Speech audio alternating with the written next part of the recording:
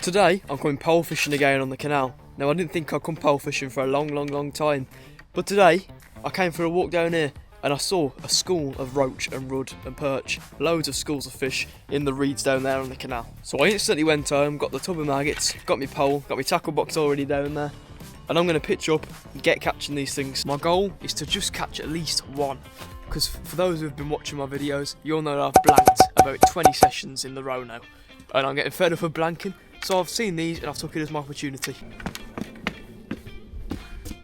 So I'm just going to set everything up now. What I mean by everything is my pole and my rig and my maggots, bait up the area a bit and see if I can complete my goal of catching at least one fish.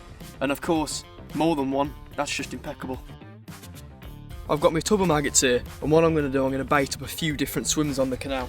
Just purely because I want to be fishing a different area, so I'll put a little handful there, and then just up the road there, chuck a few more actually, and then I'll chuck some by the bridge. And there we go, that's 3 spots baited up.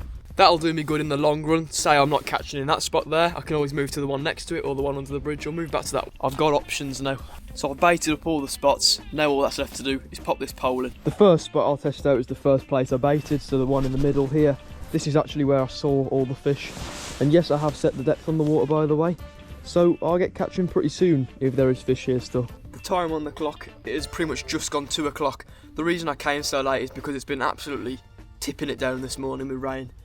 So I've left it till it stopped raining, and it should stop raining all afternoon now, so I can spend a good 3 hours down here. Shame I didn't bring my lure rod with me, because over there in the reeds looks like big perch heaven.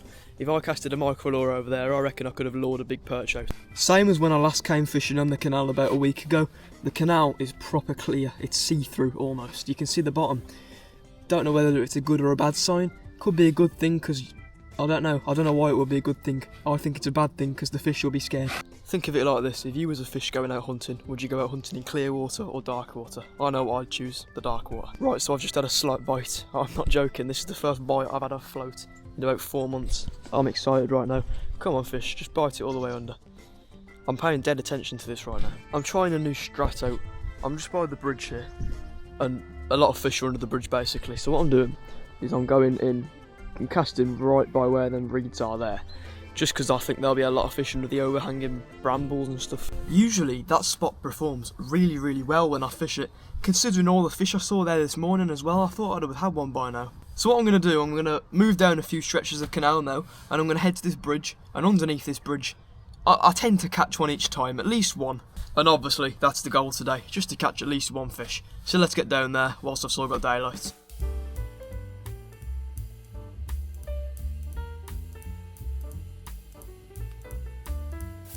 Here we are then, I'm a few stretches down from where I just was.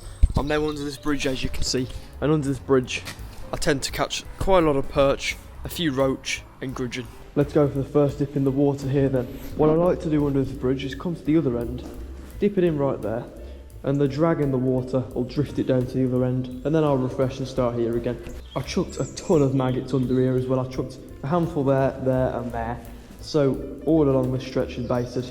When I'm watching the float go under this bridge, it has a lot of nibbles, but that's from the smaller fry fish from under here, because underneath this bridge there's tons of sticklebacks and minnows, which aren't big enough to fit the hook in their mouths unfortunately, so I'm getting a lot of nibbles on the maggots from them.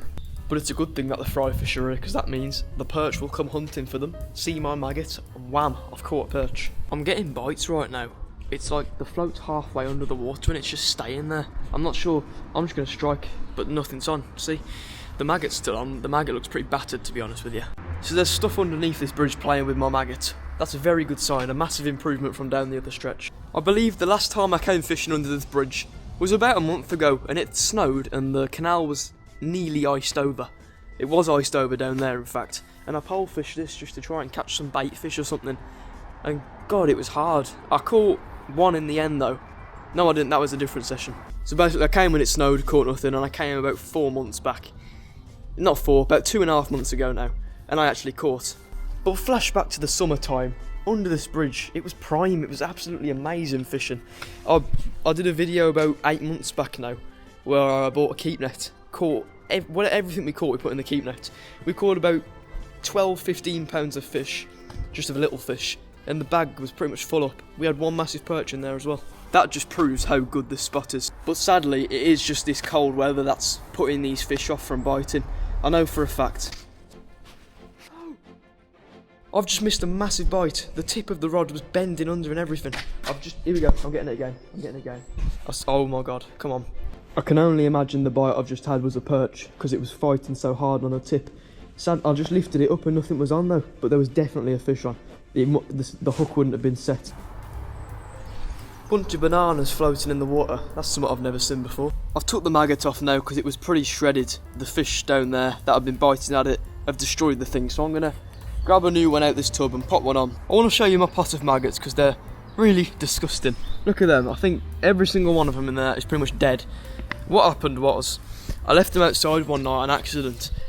I go out to them the next day, they completely froze solid. I'm like, whoa, I never knew maggots could freeze, to be honest with you. And then I bought them in the house, they're defrosted, and then they're all like the current state they're in now. But I've caught on dead maggots before, just like these ones, not wriggling or anything. So they're definitely still things like to use as bait, basically. All I ask of is a singular fish. Why won't they just bite? Since I had that take just about in the middle, I've left my rod there, the pole, sorry. I've left the pole there to see if I can catch it.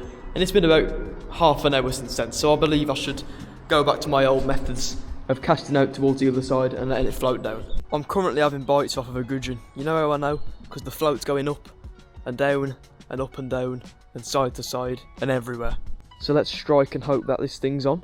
Of course it isn't. There's a heron in the canal over there. I've just watched him dive under and come up with a big roach in his mouth. What am I doing wrong? You know what? I'm not going to wait for the fish to come to me anymore. I'm going to move towards the fish. I'm going to go to that heron, tell him to go away, and I'm going to have his fishing spot. Well, I walked over here and the heron soon disappeared. He knows who's boss around here. And I've just dipped my rod in the canal and nothing's gone under. I'm just being impatient at this point. I've got to wait at least a minute or two.